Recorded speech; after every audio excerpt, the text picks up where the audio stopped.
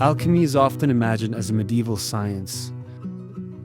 Strange men trying to turn lead into gold, hidden in candle-lit labs. But behind the mystery and symbols, alchemy holds a much deeper meaning. It is not just a search for material transformation, but a journey of the soul. A path of inner purification, awakening, and integration. The roots of alchemy go back thousands of years. It began in ancient Egypt, where it was known as the art of hym. Hym referred to the dark, fertile soil of the Nile, but also symbolized the original matter, the raw substance of life.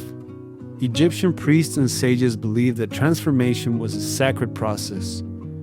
Through studying the stars, the body, and the spirit, they sought to align with the divine order of the cosmos.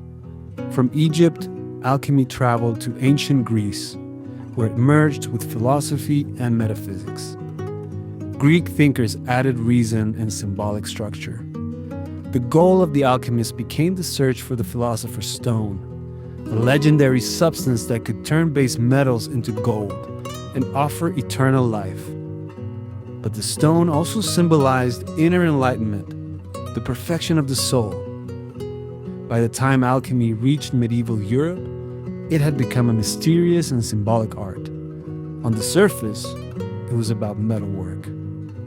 But beneath it, alchemy became a language of spiritual rebirth.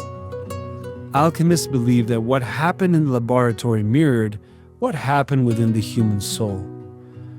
The transformation of lead into gold was a metaphor for personal awakening, from ignorance to wisdom, from ego to essence.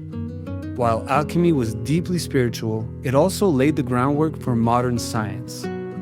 Alchemists developed experimental techniques, distillation, calcination, crystallization, that would later become the tools of chemistry. They kept detailed records of their trials and observations. They believed in the power of transformation, not only spiritually, but materially. Thinkers like Isaac Newton, who is often called the father of modern physics, studied alchemy extensively. Newton wrote more about alchemy than he did about optics or mathematics. For him, nature was not a machine, but a living mystery, one that could be explored through both science and spirit. Alchemy, in that sense, was the bridge between the mystical world and the rational age. Alchemical texts describe a series of symbolic stages. First, nigredo, the blackening. This is the breaking down of the ego, the confrontation with darkness. Then albedo, the whitening, a stage of purification and clarity, followed by citronidas, illumination and insight. And finally rubedo, the reddening or integration. The gold was not a metal, but a state of being, wholeness, union with the divine. In the 20th century, the psychologist Carl Jung saw these alchemical stages as images of the inner psyche. He believed that alchemy was not just an old science, but a mirror of the unconscious mind. According to Jung, the philosopher's stone represented the self, our true, complete nature.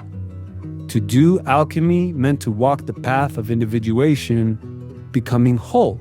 So when we talk about alchemy, we're not just talking about ancient chemistry. We're talking about the timeless human desire to transform, to evolve, to purify, and to return to something sacred within ourselves.